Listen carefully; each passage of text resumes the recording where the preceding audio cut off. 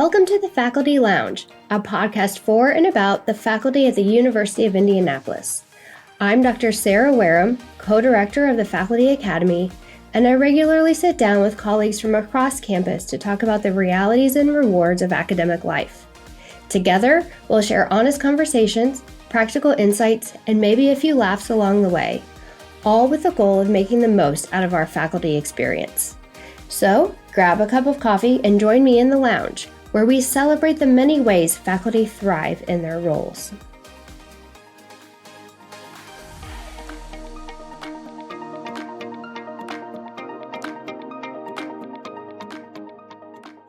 Joining me in the lounge today are Dr. Amanda Miller and Dr. James Willis, my fellow co-directors here in the Faculty Academy at UIndy. Welcome to both of you. Thank you. Thank you. To get us started, could each of you introduce yourself and share a little bit about what you do here at UIndy? And if you would, include a snapshot of your academic journey, where you started, and what brought you here. James, why don't you get us started? Hi, I'm James. I'm in philosophy and religion, also co-director of the Faculty Academy. When I went to college pre-med. That's very different. I was in organic chemistry. It showed me very quickly what I was not supposed to do. I fell in love with my religion classes, and when I got to the end of my undergraduate career, I talked to my advisor and basically admitted that I have a colorful enough personality that I would be fired in a pulpit. So what do I need to do with my life? And he astutely directed me towards academe. I've always had an interest in traveling abroad and applied to schools outside of the United States, and I was able to go to Scotland and then England for graduate school and then come back home. But I've always seen the U.S. as a home base, but then going abroad. I was doing my PhD during the Great Financial Crisis, and there were very few teaching jobs in religion, and learned other things along the way, including statistics. So my first job out of my PhD was working at Purdue University in the IT department, doing statistics and educational assessment with a PhD in comparative religion. And was then, a couple years later, recruited to Indiana University, where I worked on badges and assessment and things like that with IT. And then the grant ended, and I was able to come to UIndy and kind of worked my way through several positions here at UIndy. Okay, so do you feel like you're happy where you landed with your focus and your career and everything? Couldn't be happier. Yeah. UIndy very much is like I went to Wareham College for my undergrad, religiously affiliated school with the Lutheran Church, and it just had the kind of very clear directive towards vocation, belonging, meaning, developing a meaningful life instead of just a career to make money. And I find that at UIndy, and having that kind of good, solid fit has been what has kept me here and kept me very happy. And like a lot of people, I love my colleagues, and I think that's one of the great benefits of this university is just that you get to form long-lasting, meaningful relationships with people and get to know them not only as scholars but as people. Yeah. Well, that's one thing I love about being a co-director in the Faculty Academy is being able to develop personal relationships with the two of you, but also with faculty across campus. So, Amanda, would you mind telling us a little bit about you? I am Amanda Miller, and I spent half my time in the Faculty Academy and half my time in the sociology department. I was a sociologist before I knew the word. So I'm an Indiana kid, and growing up in the 80s and 90s, I learned all about Ryan White, who was HIV positive and kicked out of the Kokomo school system. At the same time, my favorite aunt owned a big salon here in the city, and she took in two of her gay male friends from the salon and provided hospice at her home as they passed from HIV/AIDS. And I remember being like 11 or 12 and thinking, how come Mark's parents aren't taking care of him? Or like, why isn't Bill able to go be with his friends? And it just the inequality didn't make any sense to me. So that led me to sociology. When I was in graduate school, I was actually the only person in my cohort that wanted to go to a teaching university. In fact, I had a faculty member tell me when I got my first job, you're going to have to teach like first generation college students. And I said, oh, like me? That just sounds terrible, sarcastically. But I ended up then taking on a teaching training role at the university for all of the sociology adjuncts and graduate students. So there were about 80 folks that I was supervising there. And then ended up heading to their version of their teaching and learning center to get training there, and did preparing future faculty at a small college, and ultimately worked my way to the University of Indianapolis. Oh, cool. Yeah. Well, you guys have both such varied backgrounds, and until this conversation, I didn't even know about them. So, yeah, I love that you have such varied backgrounds that have brought you to where we are today. My story isn't as diverse. Like I've known for a long time that or for my whole life that I wanted to be an educator. And when I was in high school, I did cadet teaching, if you're familiar with that, where a high school student goes into a classroom and helps out the teacher. And for me, I did that in a special education classroom.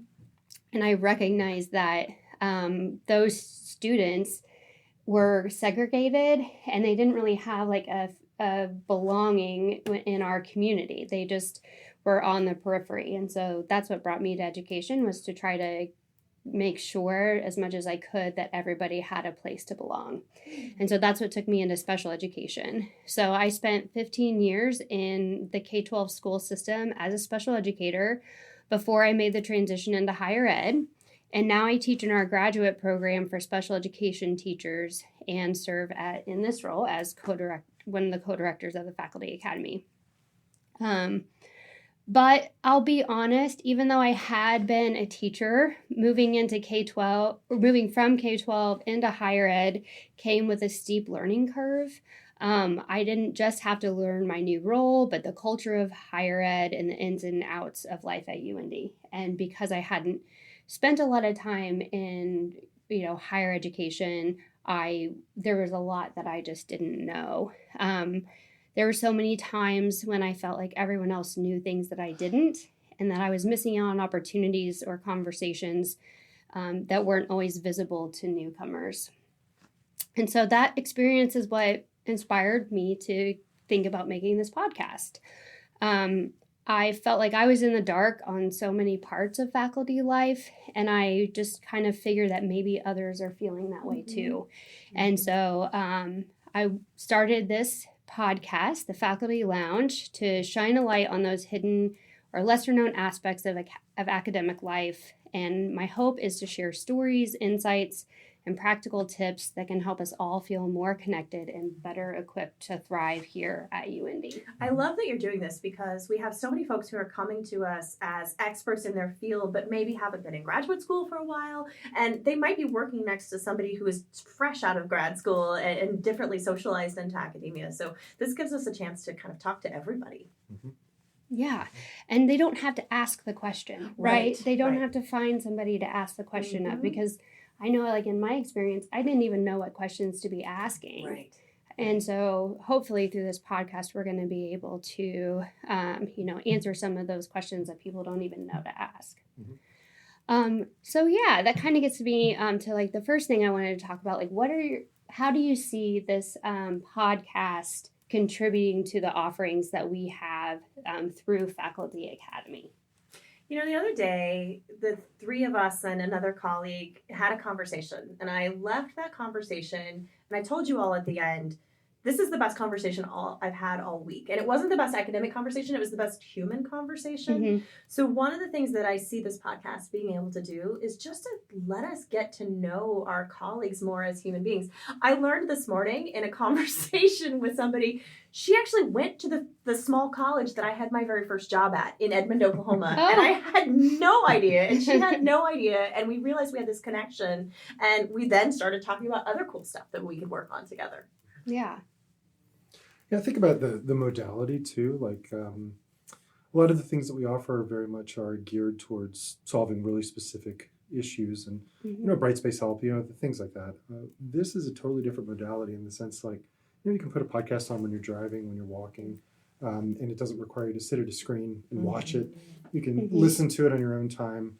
and that kind of thing. So I think it very much adds to that. I think, too, that UIndy is a school that prizes interdisciplinarity and being able to work with others. And it's, it's some universities that's either looked down on or doesn't really count in terms of scholarship, service work, things like that. But here, it's very much encouraged. But it's also a hurdle to find out what people are working on, what they're interested in, and what you have in common. And I think that many of us have far more in common than not. And so, when you find out from your colleagues, like, your departmental colleagues, you share similar methodologies and similar kind of really specific things that you know. But in terms of what you care about in the world, how you want your teaching to be reflected in your students, what you want them to take away from university, I think we actually have a lot in common there. And so being able to share those things in a different modality helps to expand what we can offer. Yeah, I think it breaks down that barrier of the formality, right? Where it's like, oh, do I belong in that conversation? Or, is that a space for me? You can kind of participate in a conversation, perhaps even without having to be in the room. Yeah.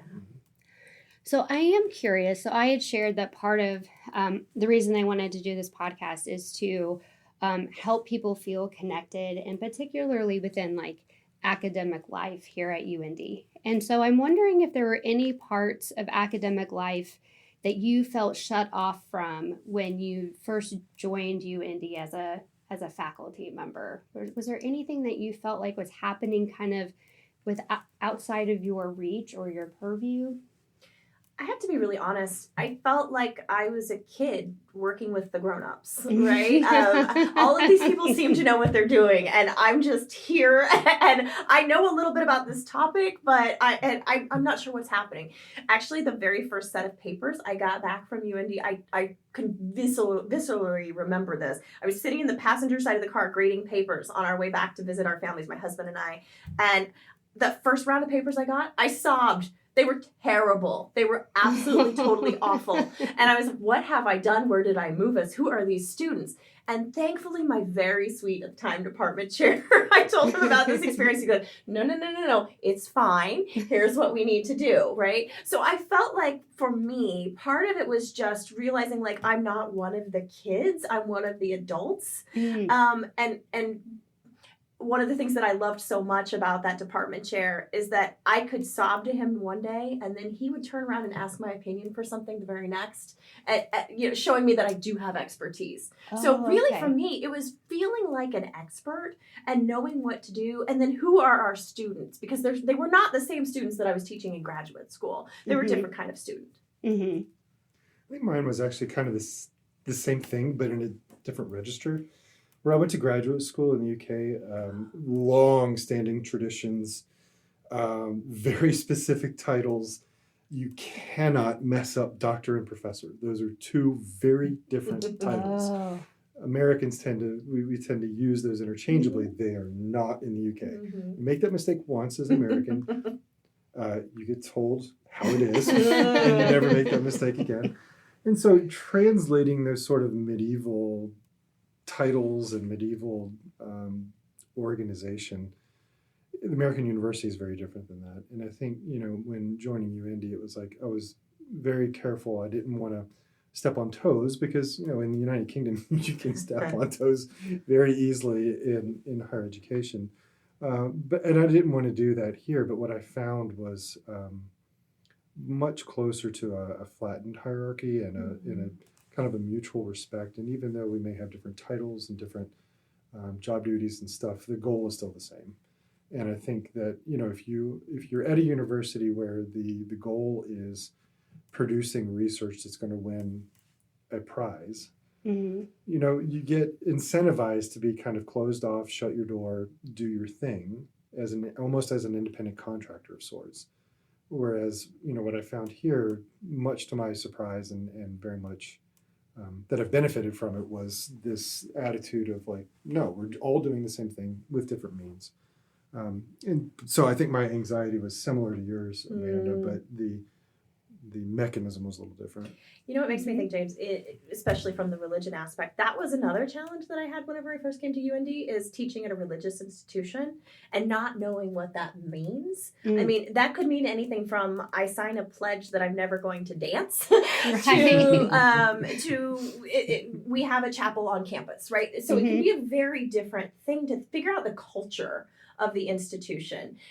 One of the funniest things was that worry whenever you're new that you're going to step on somebody's toes, right? You're somehow going to get onto somebody else's turf. Professor Jones has taught this class for 75 years and you desperately want to teach it. And you're not going to be able to do that until he dies at another 100 or whatever it is. But I found here at UIndy we didn't have a lot of turf wars. And that's one of those things that just took a while to figure out. Like people coming up to me and asking me, do you mind if I do some of this? What do you mean you're asking me if you can do some of my job? Sure, have at it, right? And so I think that just learning the culture of an institution is something that just takes a little bit of time. Yeah, it sounds to me that, there was something to be learned about like where ego fits in and where, where the hierarchies and the hidden ceilings and things, and you just coming to realize that those aren't necessarily present on this campus, that everyone's very collaborative. And I would say that I experienced that as well. For as many times as I felt like I didn't know what was going on, many times I'm like, do people really think I know what's going on? Because I'm like, I'm getting invited into conversations that I actually don't know I should be a part of. Like, you're disclosing too much now. Do people? I know, right? It's like, I mean, I can definitely join you in this conversation, but also like, I don't know that I think I'm going to bring the same thing that maybe someone else thinks I'm going to bring. And so I do like that about UIndy, and like our culture is very collaborative and very inclusive. And so it takes a while to like, I think for me at least, to believe in myself as much as my colleagues believe in me. I still end up, I will say, to be honest, like 13 or 14 years in here, with a little imposter syndrome, even around you two, right? So both of you had professional careers where your job was to engage with either students or faculty. So you were professionals at what you were doing before you got here. I was just a sociologist who stumbled into, oh, hey, I love to teach. Maybe I can learn something else new to do. Yeah. Well, I wonder if there was anything particular that you did as a new faculty member to feel more connected on campus, or to kind of navigate the culture and learn about, what it means to be a UIndy faculty member. I think for me, it's two things. The first one is LP. The second one is what the pandemic did. So the LP thing, we expect students to attend lecture performance. And that means that we recognize that not everything that we do in a classroom constitutes what an educated person should know. And we ask students to go to these types of performances, lectures, music events, all sorts of stuff. And we ask them to do that so that they can become well-rounded. I think for faculty, also attending and going and hearing and seeing and being a part of the social scene is important. It doesn't mean you have to go to all, because certainly that would be a full-time job to go to all of them. But choose the ones that you're interested in. Just like we tell our students, choose the things that you're interested in and do them. And I think for me, going to some of those events and continuing to go to some of those events and seeing what our colleagues are working on, outside speakers, has been very enriching. With the pandemic, I remember March of 2020 when the entire world shut down, I sent an email first to my department chair and then later Ellen Miller, a former co-director of the Faculty Academy, and basically said, I have a lot of online teaching experience. I can help with this. Like, I one of the ways that I coped with, particularly the early days of the pandemic, was I need to feel like I'm doing something positive and helpful. This is what I know how to do. How do I do it? And the response that I got from UIndy was, okay, great. We have, here's 1,000 things you can do.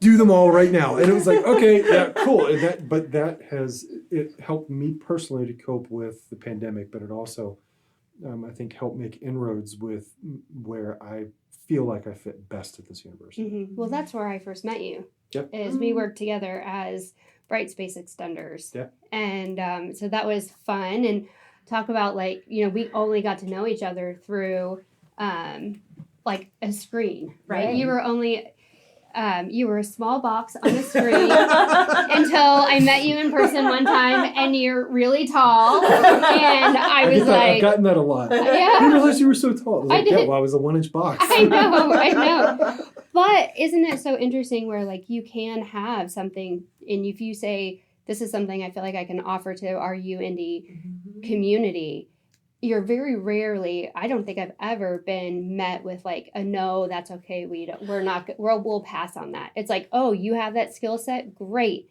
Let's bring you into the fold and make sure that you can use that level of expertise in a way that, you know, is good for our community. That is one of my favorite things about this place. Something I tell new faculty. So if there are administrators listening in on the faculty lounge, maybe just ignore them. But basically what I found at UIndy is if you spend a couple of years doing the things that you were supposed to do as a faculty member and doing them well, it's almost like the barn doors open and now you're able to do all of the kinds of cool projects that you want to do, and take on some new things. And I don't know that I've ever been told no if I propose something. I've been told like, maybe not right now, or perhaps we could modify that a little bit. But it's not that there's too much to do, it's that there's too much I want to do and too many opportunities of things to do. Yeah. You have to kind of guard your time, yes. right? Like after a little while, or if you raise your hand for one thing. Wait, what is that? Right? What does that mean? I've never learned that skill. Well, so I came in my first year, like no one had, our School of Ed didn't have anybody to put on the learning management system task force group. And so it was like, well, you know, you know about education. Like, do you want to sit on this task force?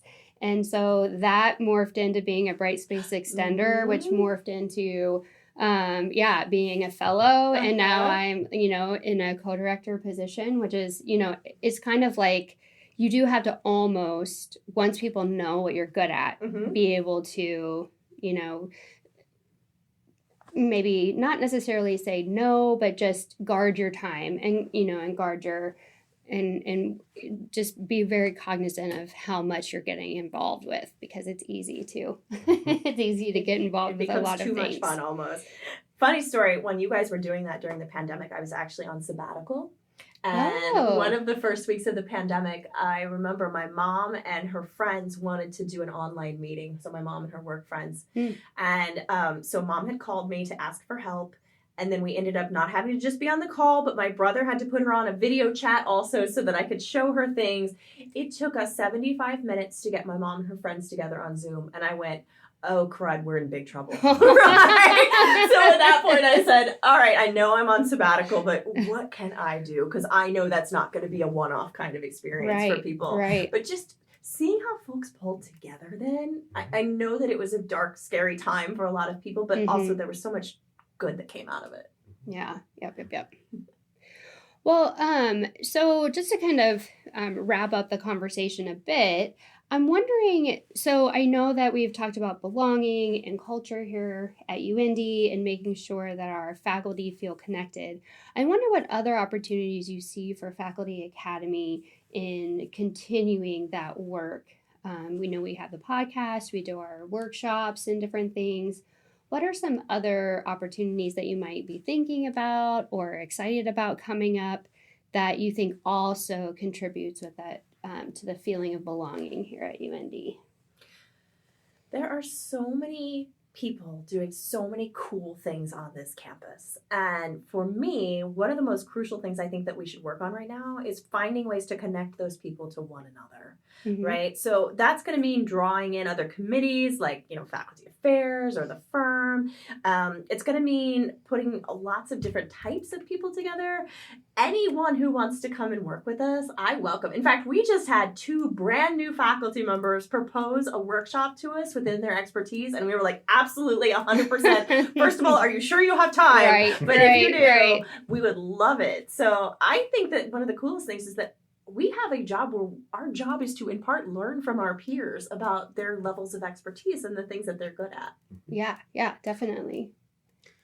I think higher ed is at kind of an inflection point. I think the world in which we were educated has changed dramatically. And I think that is going to continue to rapidly change over the next decade or two. One of the things that's cool about the Faculty Academy is that we can be responsive to that, and that we can say, we have connections with other universities, we have contacts elsewhere, and we can kind of have our ear to the ground and sort of figure out, like, okay, so here's what's coming down the pike, and how do we respond to that? How do we equip people to do their job effectively? How do we respond to new technologies, AI? Right. How do we address all of the concerns and things that are both challenges and opportunities? I mean, not to be cliche, but it truly is the way it is with higher education, is that there's always challenges and opportunities, and we can be agile. And because of the fact the three of us are in the classroom, we're also not just theorizing about this, and we're not just saying like, oh gee, well, yeah, AI, that's kind of a big deal, right? We're dealing with it on the front line as well.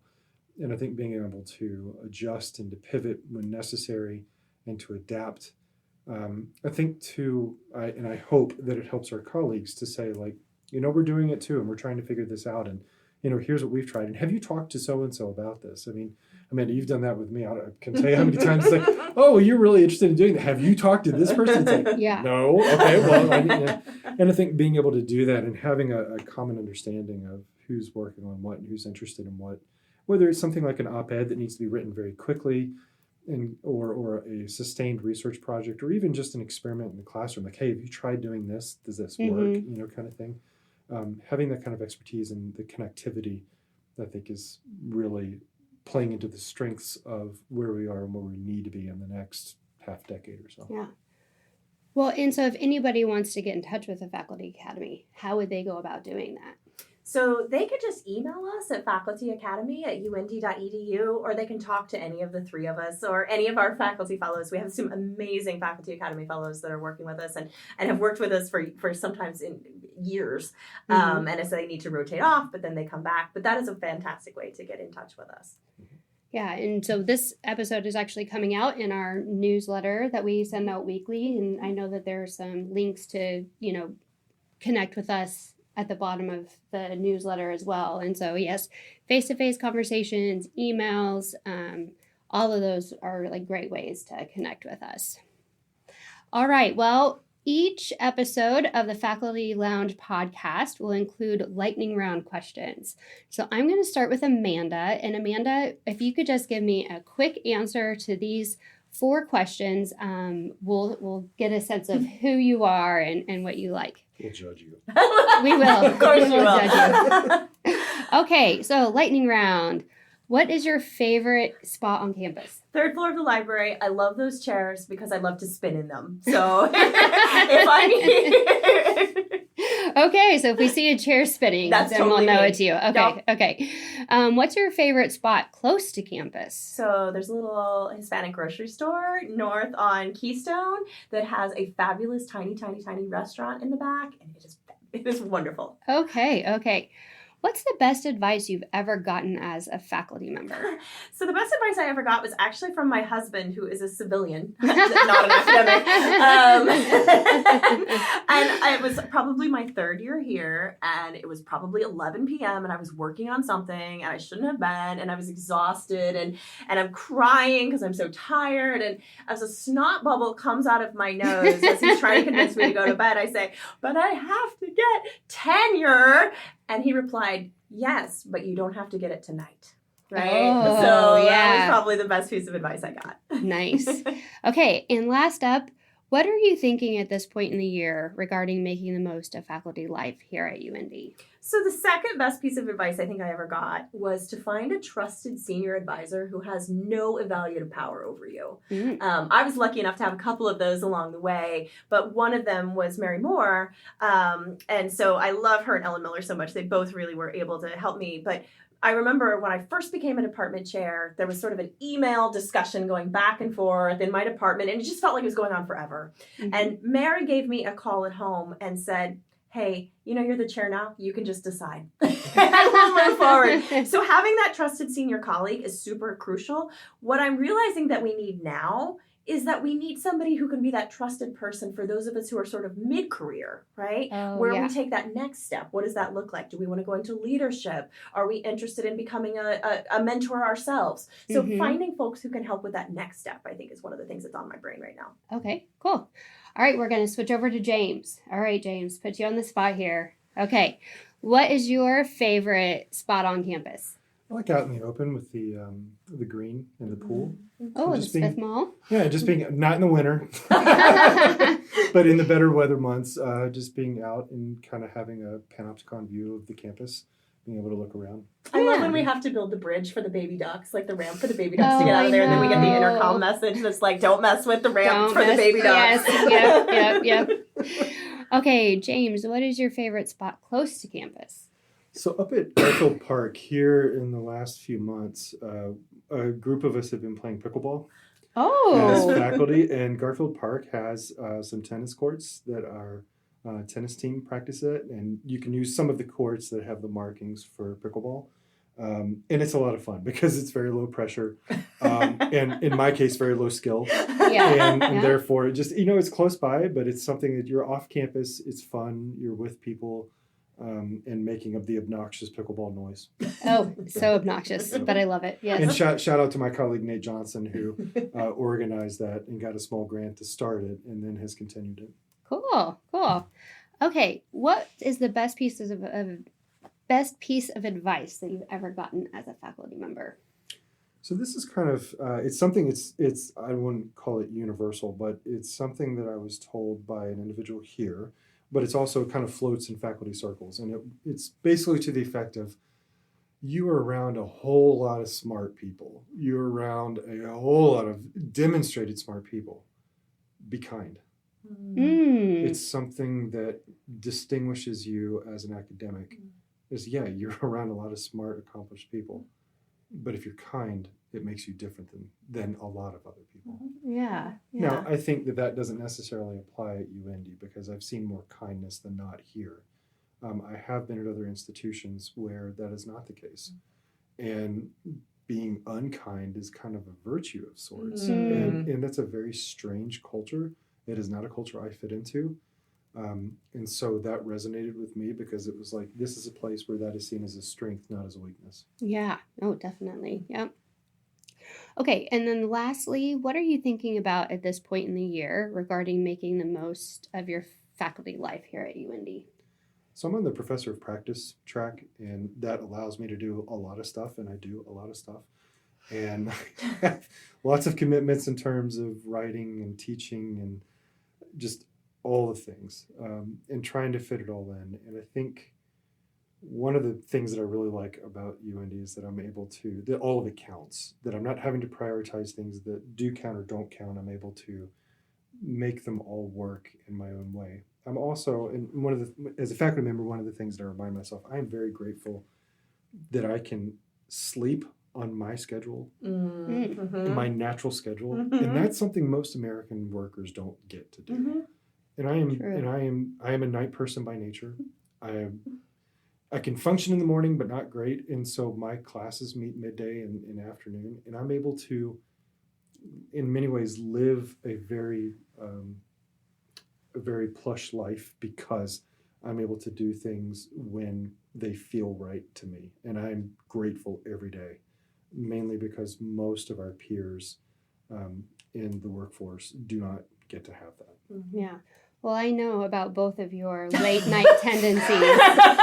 I know this about you. I know this about you.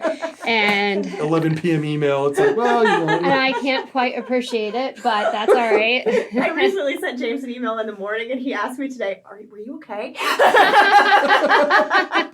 But I also know you do a scheduled send. Oh yeah, a lot of your I do emails. the scheduled but you wouldn't send schedule send at 4:30 in the morning. No. Right, exactly. Because I would wake up in the middle of the night, and if I noticed that, I would be like, what in the world is happening? And Actually, also, do I need to get back to All right, this? yes, you're going to schedule send one. I'm going to schedule send one for 3:50 a.m. There you go. I'd be like, is this a scheduled send or is this just you being awake? All right. Well, Amanda and James, thank you so much for being here on our very first episode of the Faculty Lounge podcast. I just really enjoyed our discussion today, and I think this is a great kickoff for the Faculty Lounge podcast. So again, thank you for taking the time to chat today, and to you, our listeners, for spending part of your day with us. I hope that conversations like these make campus life richer and spark ideas for your own teaching, research, or just connecting with colleagues. We'll be back soon with more voices from around UIndy.